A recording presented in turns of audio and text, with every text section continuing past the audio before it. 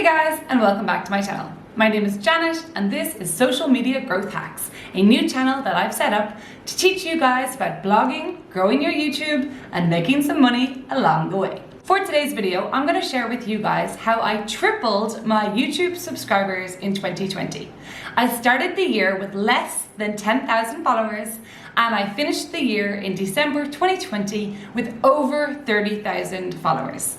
So I'm going to dive pretty deep into my YouTube analytics and I'm going to show you guys what I think the main factors are in why I grew by so many subscribers in certain months and why I only grew by a few hundred subscribers in other months. So let's start by rewinding way back to January 2020 when I went on one of my first trips of 2020, and little did I know it would also be one of my last trips of 2020.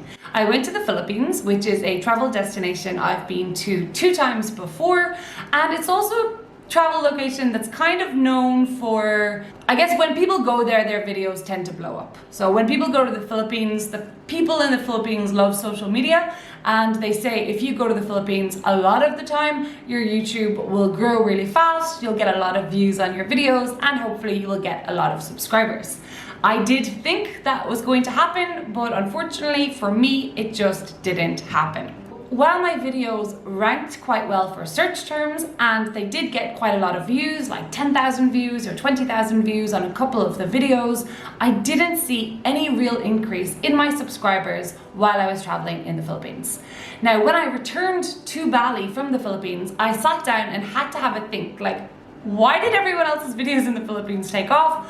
Why did mine not take off? And how come some of the videos got a lot of views, but I didn't get any subscribers? What I realized was that a lot of my videos from the Philippines, I was too focused on SEO and not focused enough on my own personal brand, the smiley, personable Janet brand, and my personality did not come across in, I guess, any of my Philippines videos.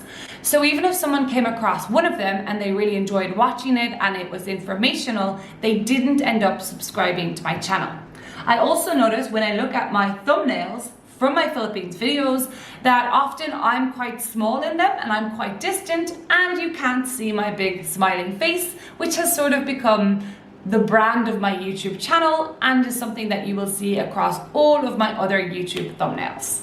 For example, even if I show you here on my screen and we compare my Mexico thumbnails to my Philippines thumbnails, you will see that you can see my face pretty clearly and my emotions, whether I'm happy or sad or excited, in my Mexico thumbnails, but you can't really notice it as much in my Filipino thumbnails.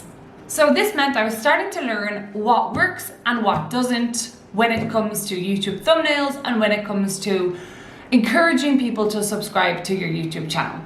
So then late in February 2020, I set off on my second trip of the year to Sri Lanka on a 2.5-week adventure, renting a tuk-tuk and driving it 1,000 kilometers around the country.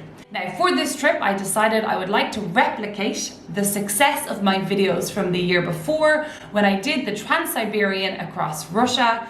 And I was doing, I think, almost daily vlogs. My videos of the Trans-Siberian actually got translated into Russian and they actually got millions of views on another YouTuber's channel when translated into Russian. I was doing daily vlogs. They were a very casual style and the thumbnails were very fun. So I decided I wanted to replicate this for my Sri Lanka trip. I was making almost daily vlogs in a very casual style and it worked very well.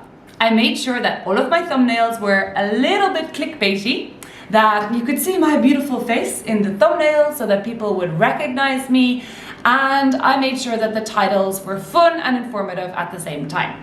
Now, I already had a pretty big base following from Sri Lanka from my previous 4 trips to the country, so I did know already that my videos would get quite a lot of views, but I wasn't really interested in the views, I was interested in the subscribers. So I wanted people to get to know me, to get to know Janet, my personality and my brand, and hopefully that they would like the content that I was putting out and that they would subscribe and hopefully watch more of my videos.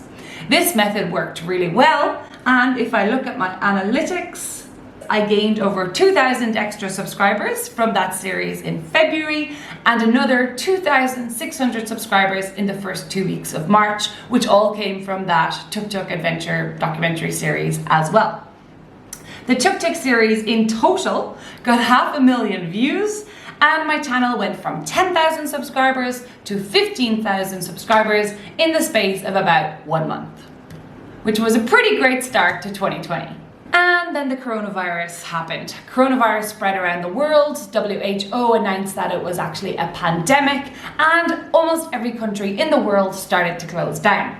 I was back in Bali at this stage. I was actually on the island of Lombok. So I flew back from Lombok to Bali, and about 24 hours later, I flew back to Ireland, worried, anxious, scared, and not really sure how long I was going to go home for and what was going to happen to my life, essentially. I ended up being back in Ireland for many months, but I wasn't to know that at the time. So when I first got home, I didn't want to pause my YouTube. I wanted to keep making videos, so I decided to start a series about interviewing people who had escaped certain countries during the pandemic, people that got stuck in Sri Lanka or India or Morocco or Peru or Chile or Thailand, and just interviewing them about their experiences. The videos did okay. Some people were quite interested to learn about other people's experience and how the whole world locked down at once. But the videos weren't really taking off, and I wasn't really getting any new subscribers. So then I decided that I wanted to be more productive with my time in Ireland, and I decided I wanted to learn a new language. So I picked Sinhala, which is one of the main languages of Sri Lanka, so that the next time I returned to Sri Lanka in a few months' time, I would be able to converse with the locals, and it would probably make my videos even more watchable and more enjoyable. So I decided to document, like I'm doing right now, the process of me learning this new language and sort of teaching my dad a few words and having a little bit of fun with it. Little did I know that that video would be my very first viral video of the year. I think it got 80,000 views, and it really made me think, okay, everyone's in lockdown, but people are still interested in you doing things if you can connect that to travel or to a place that you've been. Now, straight away, I thought maybe it was just an anomaly and I can't continue getting more viral videos like this. So I went back to making the pandemic interview series. I did a few more of them. Again, none of them took off. And I was like, Janet, what are you doing? You've had a viral video. Can't you just replicate that?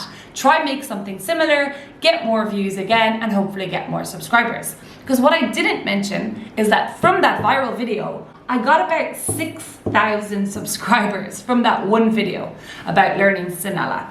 So I went back to the drawing board and I decided, how about if I try cooking some of my favorite Sri Lankan foods? So for the first time ever, my travel channel became a cooking channel of sorts, and it worked an absolute charm. That video ended up going viral. I think it got over 50 or 60,000 views, and again, a couple thousand extra subscribers. My channel absolutely exploded. I continued making these cooking videos, and I noticed that people just kept coming back, wanting more, wanting more, wanting more. I was noticing the same people commenting on all the videos, and every new video that I uploaded, I was getting a few extra thousand subscribers. So my channel went from about 5,000 at the start of the year to 10,000 during my Sri Lanka documentary series to 20,000 subscribers by mid-May when I was making these cooking videos. So I had already more than doubled my YouTube subscribers by about mid-May 2020. However, by June 2020, the restrictions were lifted in Ireland. We were allowed to travel around the country a little bit more, and I was kind of done with making these cooking videos, and I wanted to travel Ireland and meet up with some of my friends. So I went about traveling as normal, just within Ireland domestically, and I was making all these travel vlogs, but honestly none of them really took off because no one is allowed to travel to Ireland right now, so no one was really searching for Ireland travel vlogs. I did that for about 2 months, and then eventually I decided enough is enough. I don't want to be in Ireland anymore. I don't want to be in lockdown. And so I got a one-way ticket to Mexico with the plan to spend 6 months living in Mexico. I had the idea that I could make videos about moving to Mexico, cost of living in Tulum, and hopefully a few small travel videos about places near to Tulum or on the Riviera Maya. Now this worked really well. My videos didn't go crazy. I wasn't getting a lot of views, but a lot of them were starting to rank. And I was ranking for key terms such as Tulum, such as Cancun, Isla Mujeres, Cozumel, and the videos I was making were ranking in both Google and YouTube for various search terms. But wait, I had essentially just fallen into the same trap that happened in the Philippines back in January 2020. Yes, I was making good videos, yes, they were getting viewed and they were ranking, but my personality was not in them.